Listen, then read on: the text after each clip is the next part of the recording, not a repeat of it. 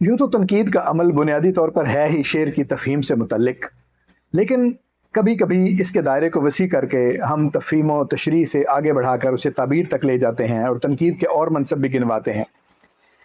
اسی طرح بعض اوقات شعر سمجھ نہیں آتا لیکن اس کے باوجود وہ کمیونیکیٹ کرتا ہے، اور بعض اوقات تو ایسا ہے کہ ہم تنزن اس شعر کو بڑا بھی کہتے ہیں جو سمجھ میں نہیں آتا، اور کہتے ہیں کہ جو سمجھ میں نہ آئے بڑا شعر ہے۔ تو وہ کیسے بڑا ہو گیا جو سمجھ میں نہیں آ رہا؟ ممکن ہے اس کی کمیونیکیشن کی سطح کچھ ایسی ہو، یا وہ کچھ ترسیل احساس کی ایسے کرے کہ تفہیم سے بڑھ کر کچھ آگے چلا جائے۔ تو اس منطقے میں پہنچ کر وہ لطف اندوزی کے بہرحال کچھ نہ کچھ پہلو پیدا کرتا ہے۔ تو سوال یہ پیدا ہوتا ہے کہ شعر کی تفہیم ہی اس کا سارا حاصل ہے، یا اس سے لطف اندوزی کی کچھ اور سطحیں بھی ہیں؟ اس پہ پہلے بھی باتیں ہوتی رہی ہیں، کچھ اور بات کرنے کی ضرورت ہے، اور بات کی ہے ہم نے جناب ڈاکٹر ضیاء الحسن سے۔ ویڈیو کی طرف جاتے ہیں، لیکن اس سے پہلے اگر آپ چاہیں کہ شوق کا یہ سلسلہ تعلق میں بدل جائے تو چینل سبسکرائب کر لیجیے۔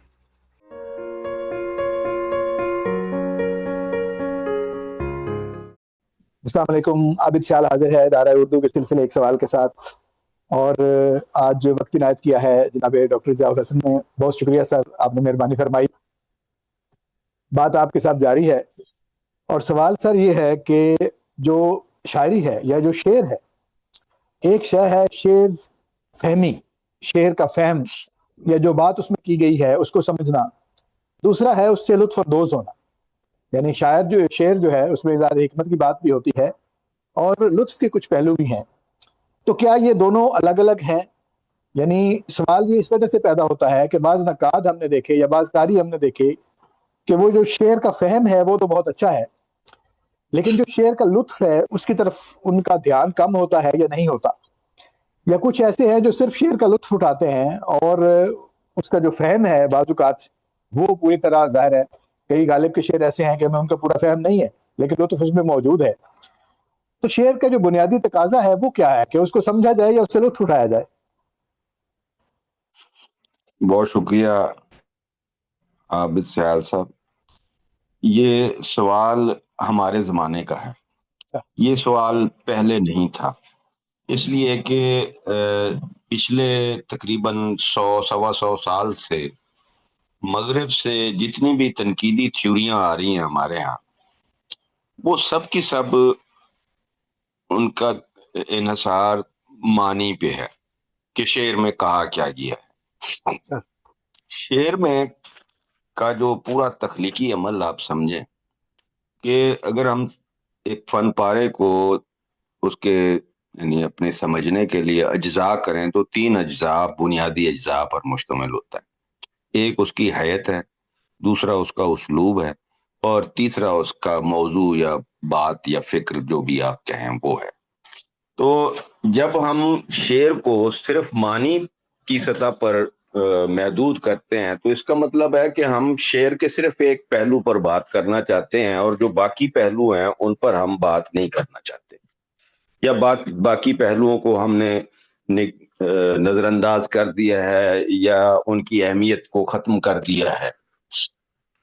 تو یہ پہلی بات تو یہ ہے کہ یہ سوال ہمارے زمانے میں اور زیادہ ہوا ہے، خاص طور پہ پچھلے 40-50 سے جو نئی تنقیدی تھیوریاں آئی ہیں لسانیات کی بنیاد پر بنائی گئی، یہ ساری تھیوریاں شعر کے معنی کی بات کرتی ہیں، چاہے جس قسم کی بھی تھیوری ہو، ماحولیاتی تنقید ہو تو وہ ایک پہلو کو، شعر کے ایک معمولی سے پہلو کو موضوع بناتی ہے، یا فیمینزم کی تھیوری جو ہے وہ ایک معمولی پہلو، ایک اس کا اسپیکٹ جو ہے اس کو پیش نظر رکھ کے بات کرتی ہے۔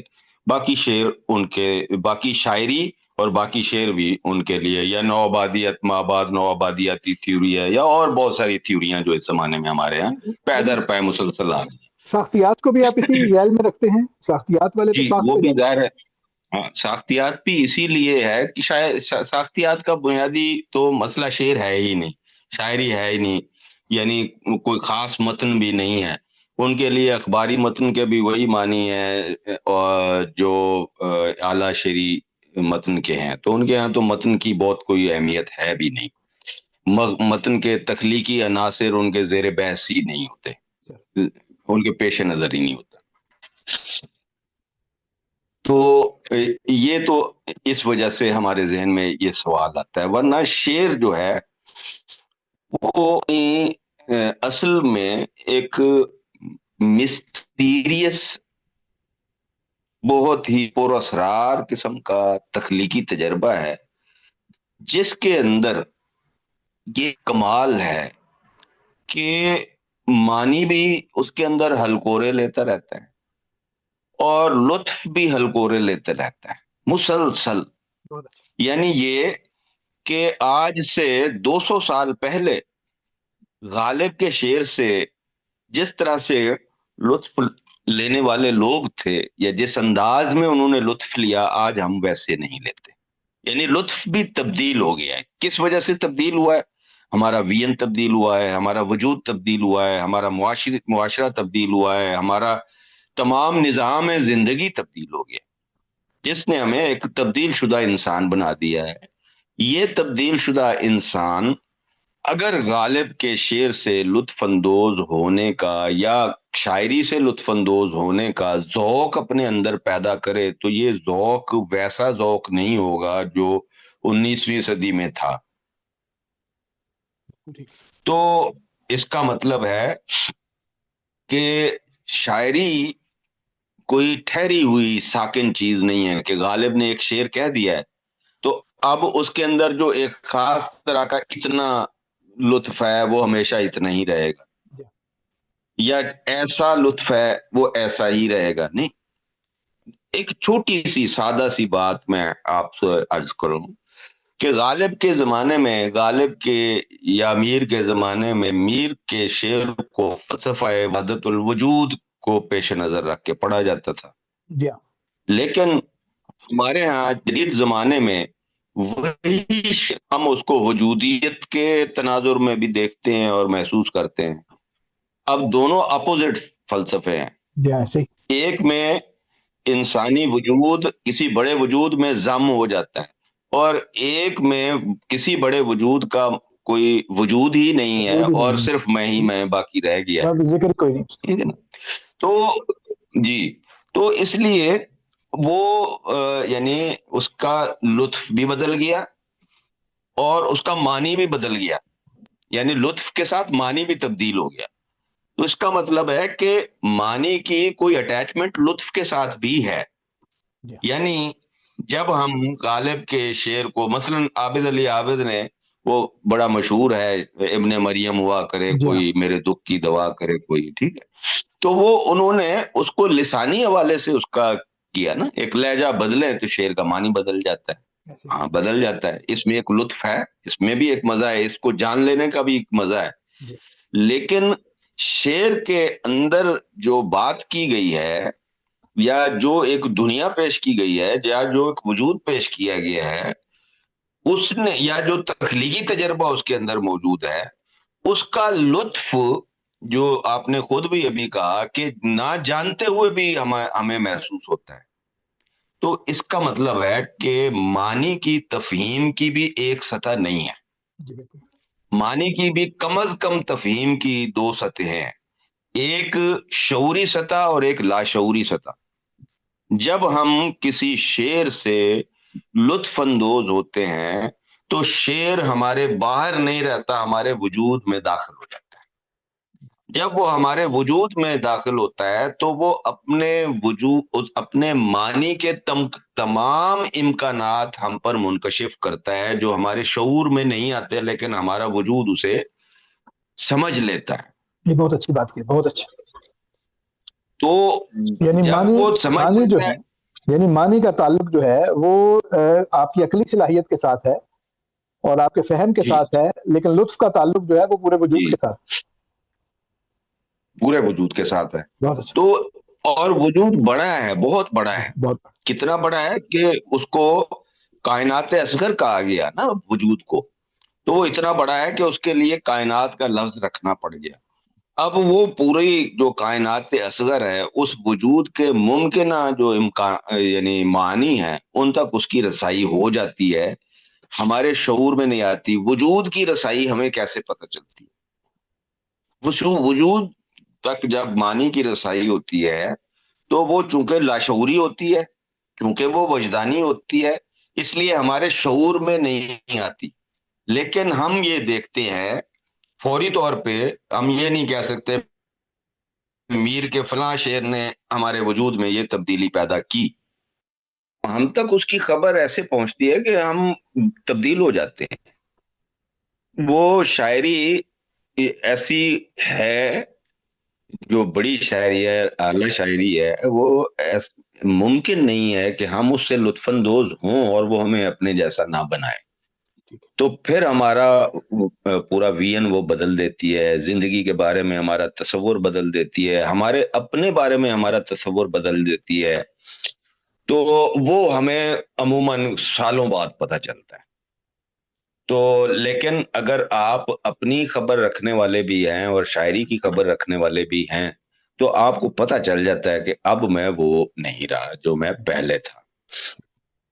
تو اس اعتبار سے مجھے ہمیشہ یہ لگتا ہے کہ جو معنی ذوق شعر کے ذریعے، شعر سے لطف اندوزی کے ذریعے آپ تک پہنچتا ہے وہ مکمل معنی ہے. اور جو شعور کے ذریعے سے ہم معنی تلاش کرتے ہیں وہ مختلف ٹکڑوں میں ہم ڈھونڈتے ہیں. کسی نے کوئی بات ڈھونڈ لی، کسی نے کوئی ڈھونڈ لی، کسی نے کسی خاص علم کو پڑھا ہوا ہے تو اس علم کی روشنی میں اس نے ایک نیا معنی بتا دیا.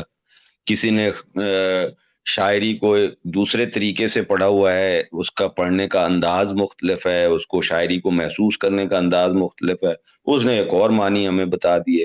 تو وہ مسلسل آپ دیکھیں کہ ہم شاعری کے بارے میں نئی نئی باتیں، نئے نئے مفاہیم ہم تک پہنچتے رہتے ہیں ٹکڑوں میں. تو وہ مجھے ہمیشہ یہ لگتا ہے کہ جو معنی شعوری طور پر دریافت ہوتا ہے وہ مکمل معنی نہیں ہوتا. مکمل معنی شعر کو آپ سمجھیں کہ ایک بہت بڑی کائنات ہے. ایک شعر کوئی ایسے ہی سب پہ جس بار نے گرانی کی، اس کو یہ ناتواں اٹھا لایا، چشم ہو تو آئینہ خانہ ہے دہر، منہ نظر آتا ہے دیواروں کے بیچ، اس پیکر خاکی میں ایک شے ہے سو وہ تیری، مجھ سے تو نہیں ہوتی اس شے کی نگہبانی. اس طرح کے کتنے ہی بے شمار شعر ہیں جو ہمیں یعنی دہائیوں سے حیران کیے ہوئے ہیں. تو یہ حیرانی جو ہے یہ لطف کی سب سے بنیادی کنجی ہے. یعنی اگر کوئی شعر آپ کو حیران نہیں کرتا اور تو وہ پھر اس کا مطلب ہے کہ اس میں کچھ ایسا ہے ہی نہیں جو حیران کر سکے. وہ وہی ہے جو آپ کے علم کے احاطے کے اندر ہے. اسی لیے جو ٹی ایس ایلیٹ نے یہ کہا کہ جو مقبول شاعری کے حوالے سے جو انہوں نے بات کی، انہوں نے کہا کہ مقبول شاعری میں خرابی ہے کہ اس میں کوئی نئی بات نہیں ہوتی، کوئی نیا وین نہیں ہوتا وجود کا، انسان کا. تو جو ہم پہلے سے جانتے ہیں، ایک عام آدمی، ایک عامیانہ ذہن رکھنے والا آدمی جو بات جانتا ہے اس میں وہ ورسیفائی ہو کے آئی ہوتی ہے. نتیجتاً جب وہ اپنے تصورات کو یا اپنے خیالات کو منظوم شکل میں دیکھتا ہے تو وہ اسے پسند کرتا ہے. پہلے تو خوش ہوتا ہے اور پسند کرتا ہے کہ اچھا یہ بھی شاعر جو ہے یہ بھی میری طرح سوچتا ہے، اچھا میری جیسا ہے. میری جیسے اتنا فرق نہیں ہے. ہاں جی. یہ ایک اور بڑی کمال کی بات کی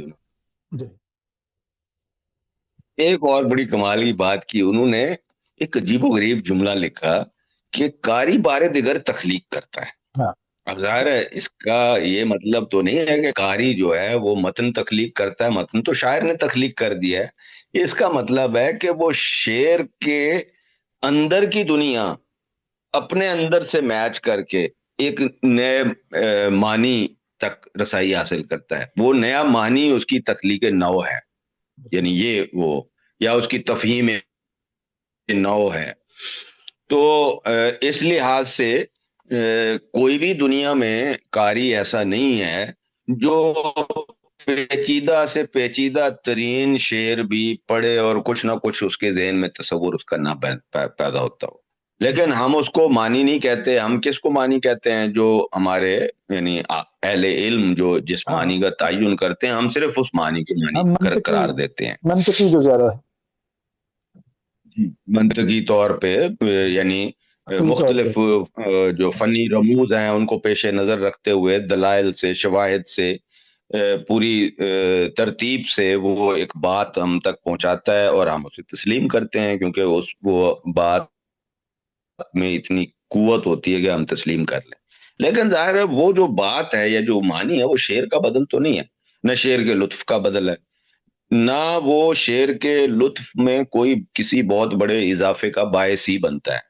ہم ایک شعر پر جتنی، اب جیسے غالب کا شعر ہے، پہلا ہی جو دیوان کا شعر ہے، اس پہ اتنا بے تحاشا لکھا گیا ہے، اتنے بے شمار لوگوں نے لکھا ہے کہ، اور اس میں بڑے بڑے ذہین اور بڑے بڑے کمال لوگ بھی تھے جنہوں نے نئے نئی دنیایں معنی کی تخلیق کر دی اس ایک شعر سے.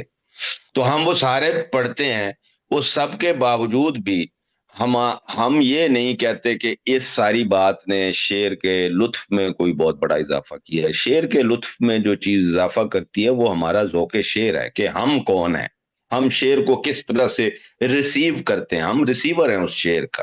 تو ہم جیسے ریسیو کریں گے ہمارا وجود اس کو ویسے کنسیو کرے گا، ویسے اس کا تصور کرے گا، اور وہ ظاہر عظیم شعر کا تصور غیر معمولی طور پہ بڑا اور پھیلا ہوا ہوگا، اور عام شعر کا تصور ظاہر ہے اس میں کوئی گہرائی نہیں ہوگی، اور ہمیں وہ اس طرح سے یعنی اندر سے جا کے متحرک نہیں کرے گا ہمارے وجود کو. یہ تو معنی کی جی جی، ابھی میں یہ گزارش کر رہا تھا کہ یہ جو آپ نے جو بات کی، میں بھی اسی طرف ہی آنے والا تھا، اور آپ نے خود ہی اس طرف بات کو لے آئے. آپ یعنی آپ نے خود فرمایا کہ غالب کے اس شعر کی تشریح میں لوگوں نے صفحے کے صفحے سیاہ کیے، اور مطلب کئی دہائیوں سے یہ سلسلہ جاری ہے، اور بڑے بڑے ذہین اور طباع لوگ جو ہیں انہوں نے اپنا جو اس پہ اپنا زور ہے وہ صرف کیا. لیکن آپ یہ دیکھیں کہ یہ ساری کوششیں، جیسے کہ آپ نے بھی کہا کہ یہ زیادہ تر معنی کی تلاش کی کوششیں ہوتی ہیں. اگر ذوق یعنی ایسی شے ہے جو شعر کی کوئی ایسی سطح دریافت کر سکتا ہے جو معنی سے بہت بڑی ہے، اور وہ آپ کے وجود میں زیادہ بڑی تبدیلی پیدا کر سکتی ہے، تو اس کی تلاش کی طرف یا اس کی تربیت کی طرف بھی اتنا ہی زور ہونا چاہیے تھا. تو وہ کم کیوں ہے؟ یہ سر زمانے کی تبدیلی ہے. میں پہلے شروع ہی یہیں سے بات کی تھی کہ یہ زمانہ مجھے لگتا ہے یعنی ایک، آپ اسے کانسپریسی تھیوری کہہ لیں، جی، مجھے ایسے لگتا ہے اس کا بھی رواج ہے آج کل، تو کیونکہ ہونا چاہیے. ہاں جی سر، کیونکہ عظیم شاعری انسان کو ویسا نہیں رہنے دیتی جیسا سسٹم بنانا چاہتا ہے. ٹھیک ہے. اس لیے سسٹم جو ہے پتہ نہیں شعوری طور پہ کام کرتا ہے، لاشعوری طور پہ کرتا ہے، کیونکہ سسٹم بھی ظاہر ہے اپنے آپ کو بچانا چاہتا ہے، محفوظ کرنا چاہتا ہے. تو اس کے نتیجے میں ہر زمانے میں اور طرح کی نظریات اور تھیوریاں آ جاتی ہیں. وہ ادبی بھی اور غیر ادبی تھیوریاں بھی جو ہمارے زمانے میں پیدا ہوئیں، ان سب کا تعلق وجود کی محدودیت کے ساتھ ہے. یعنی وہ وجود کو محدود کر دینا چاہتے ہیں، اور شاعری وجود کو لامحدود کر دینا چاہتی ہے. شاعری وجود کے امکانات کو دریافت کرنے کا اس کا بنیادی جو مرکز ہے، نیوکلیس ہے، وہ انسانی وجود کے امکانات کی دریافت کا کام کرتی ہے. اچھا، یہ ہم اقبال کے حوالے سے اور اس کے تصور خودو کے حوالے سے تو بہت یعنی سادہ طریقے سے جانتے ہیں.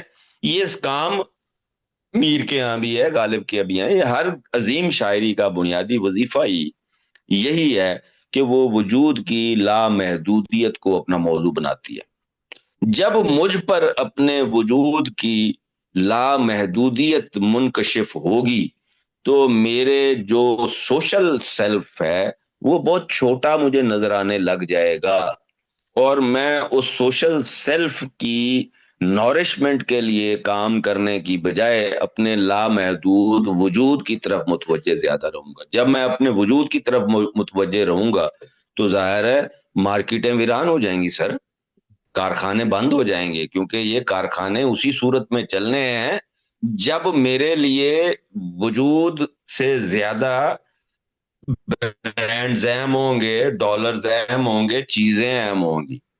تو یہ مجھے تو ایسے لگتا ہے کہ جیسے یہ ہمارے زمانے کی ڈیمانڈ ہے کہ ہم یعنی معنی کی طرف متوجہ رہیں اور شعر کی تخلیقی قوت سے بے بہرا ہو جائیں اور بے پرواہ ہو جائیں، کیونکہ وہی ہمیں ہمارے ساتھ کچھ کر سکتی ہے، اور ظاہر ہے وہ جب ہمارے ساتھ کرے گی تو سسٹم کے ساتھ بھی ہوگا، دنیا کے ساتھ بھی ہوگا، ہم اس طرح کے انسان نہیں رہیں گے۔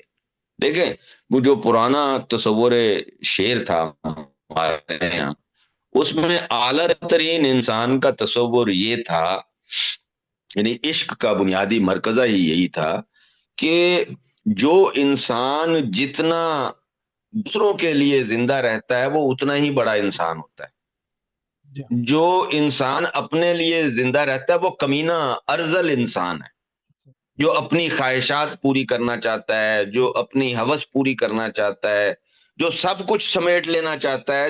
تو وہ ہر آدمی کو یہ انہوں نے بتایا کہ انسان وہ ہے جو زیادہ دولت کمائے، زیادہ خرچ کرے، شاپنگ مالز میں جائے، برانڈز پہنے، 2-2 کروڑ کا پرس عورتیں لے کے پھریں، 10-10 کروڑ کا نیکلس لے کے، تو یہ اس طرف لگایا انسان کو۔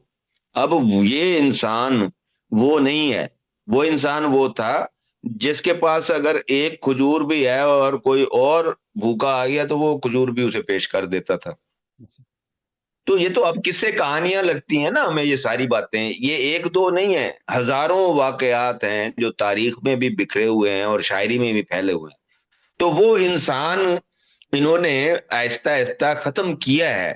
تو اس کا ذریعہ بہت سے، یعنی مجھ سے آپ پوچھیں تو میں یہ کہتا ہوں کہ ہندوستان میں جو یعنی غالب کے زمانے تک یا 19ویں صدی کے ربع اول تک جو انسان ہمیں نظر آتا ہے، وہ انسان دو یعنی شخصیات نے پیدا کیا، ایک شاعر اور دوسرا صوفی۔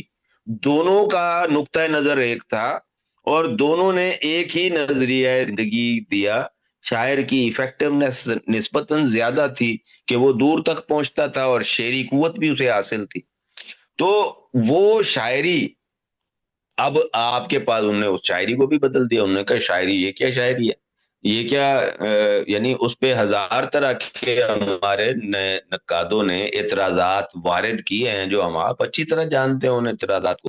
اور پہلا اعتراض تو وہی تھا کہ نیچرل شاعری نہیں ہے یہ، اس شاعری کو نیچرل شاعری نہیں کہہ رہے جو کہتا ہے کہ میری طرح سے مئو میر بھی ہیں آوارہ، کسی حبیب کی یہ بھی ہیں جستجو کرتے، یہ آرزو تھی تجھے گل کے روبرو کرتے، ہم اور بلبل بےتاب گفتگو کرتے۔ یعنی یہ تو وہ اتنی نیچرل تھی کہ بلبل اور وہ ایک ہو جاتے ہیں، گل اور محبوب ایک ہو جاتے ہیں، ہر موونگ شاعر کو لگتا ہے محبوب کی تلاش میں موو کر رہی ہے، کیونکہ وہ بھی آوارہ ہے، وہ اسے ہر شے موونگ چیز آوارہ نہ۔ تو یہ یعنی تبدیلیاں ایک دن میں تو ظاہر ہے نہیں آئی ہیں، اس کو تقریباً 150-200 سال لگے ہیں اس کو تبدیل ہونے میں۔ اب ہمارے سامنے یہ سوال آن کھڑا ہوا ہے کہ لطف شاعری کا بنیادی تقاضا لطف ہے یا معنی ہے؟ اور آپ میرے اپنے علاوہ کسی سے پوچھیں گے تو ہر آدمی کہے گا معنی بہت زیادہ ہے، اور لوگ پھر بعد میں میری طرح کی باتیں سنتے ہیں جب تو پھر لکھتے ہیں کہ معنی سے خوف کیوں؟ معنی کا خوف کیا ہے؟ معنی تو میں آپ سے زیادہ بتا سکتا ہوں، کیونکہ میں نے اپنی زندگی کی 45 سال اس شعر کے ساتھ گزارے ہیں، تو شاعری کے معنی میں آپ کو زیادہ بتا سکتا ہوں، لیکن مجھے پتا ہے کہ معنی اس کا مقصود نہیں ہے۔ شاعری کا مقصود وہ تخلیقی دنیا پیدا کرنا ہے جس میں انسان تخلیقی زندگی گزار سکے، اور وہ ظاہر ذوق شعر سے اور لطف سے ہی پیدا ہوتی ہے، ویسے نہیں ہو سکتی۔ اس سے اچھے نقطے پہ لا کے آپ نے بات کو ختم کیا، اور ایک طرح سے یعنی آپ کا موقف تو پہلے ہی ظاہر ہے آہستہ آہستہ جو ہے وہ سامنے آ گیا، لیکن آپ نے بہت اچھے طریقے سے اس کو بیان بھی کر دیا، اور ہمیں پتہ چلا کہ یعنی اتنی بات سادہ نہیں ہے، اور بلکہ مجھے تو یہ بھی پتہ چلا کہ ہم اگر لطف اور معنی کو جب ہم آمنے سامنے رکھتے تھے تو معنی کا پلڑا ذرا بھاری نظر آتا تھا، اور لطف جو ہے وہ آپشنل سمجھا جاتا تھا کہ وہ اگر ہو جائے تو پھر کیا ہی بات ہے، لیکن کوئی بات تو اس میں ہو. لیکن اب جا کر پتہ چلتا ہے کہ جو معنی ہے وہ بھی کسی نہ کسی طرح سے لطف کا حصہ ہی ہے ایک، اور پورے کے پورے شعر میں سے ایک چیز معنی ہے، اور شعر اس سے الگ بہت بڑی بات ہے اور بہت بڑی چیز ہے جو آدمی میں کہیں بڑی تبدیلی پیدا کر سکتا ہے. تو بہت شکریہ آپ کا، آپ نے نہایت عمدہ باتیں جو ہیں وہ اس موضوع کے آس پاس گزار فرمائی ہمارے، اور ہم نے بہت کچھ سیکھا. امید ہے کہ ہمارے دوستوں کو یہ باتیں پسند آئی ہوں.